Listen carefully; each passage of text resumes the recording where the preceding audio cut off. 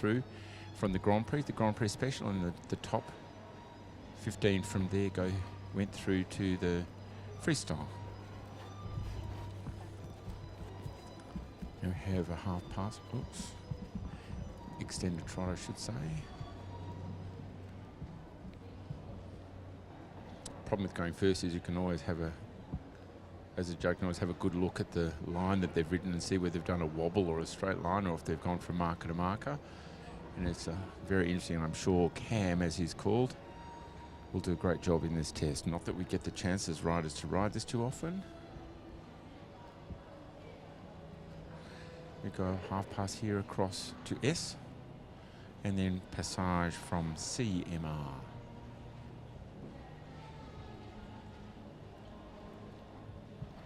You continue in trot here, and we look for a transition mark. So from the trot here, and at C, you'll see her come back, and then more elevated pace. A little bit inactive with the hind legs, and it needs to be a little bit more in a better 2-beat rhythm. And then from here, we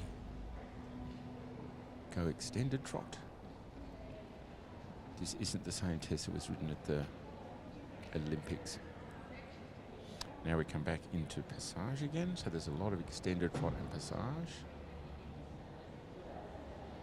And from the side you can see that it could show a little bit more definition in the paces of the actual rhythm of the passage. It's a little bit lacking a clear 2-beat rhythm, like a diagonal pair coming up and back down and hitting the ground with a big period of suspension is what it should look like. I think the half pass right was a little better than the left.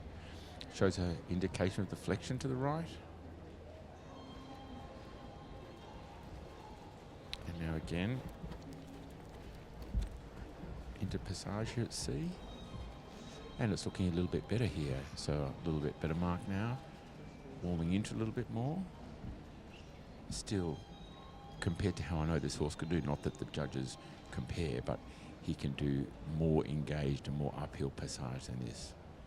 And here, the problem is the quarters are quite to the left. It's almost in a bit of a travers position to the left. We passage around the corner here, all the way around to F. And as you can see, it's a very strenuous routine with lots of passage, extended trot passage.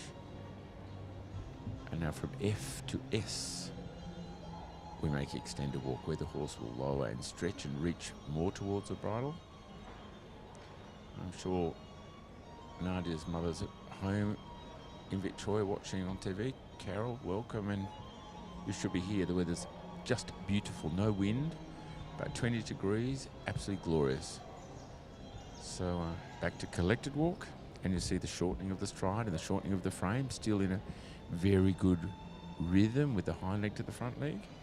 And then the tricky movement at G here on the center line, Piaffe, 11 steps, 2, 3, 4, 5, 6, 7, 8, 9, 10, 11. Whoa, that's pretty good. 14, 15. So because she can show that, she makes the maximum number of steps.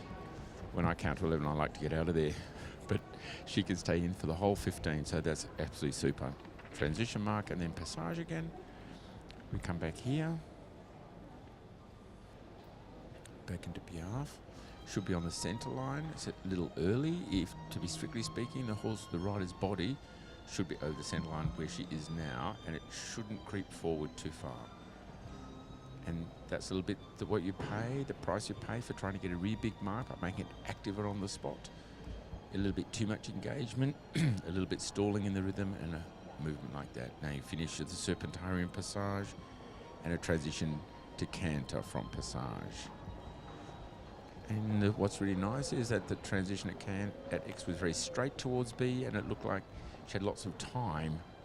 And that's what it's all about. It wasn't like she cantered and had to quickly turn the corner. It looked like she was effortless. And Nadia does a super job sitting up there making it look so easy when we know it's not so easy. Now the very steep half passes in canter to B makes it look easy, huh? And the change. And then the one back to the left to H.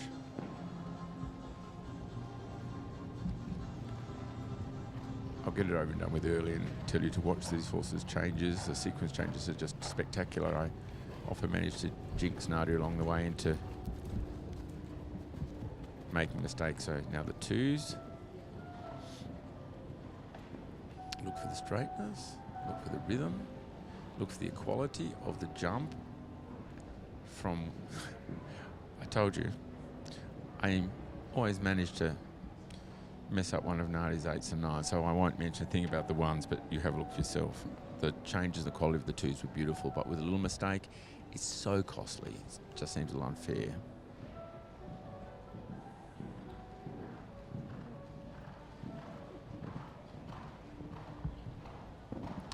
Well, see, when don't say anything, it's all fine. 15 beautiful ones.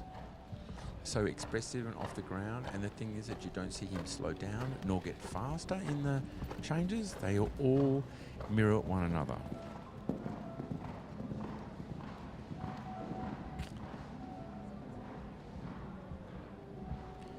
For some reason,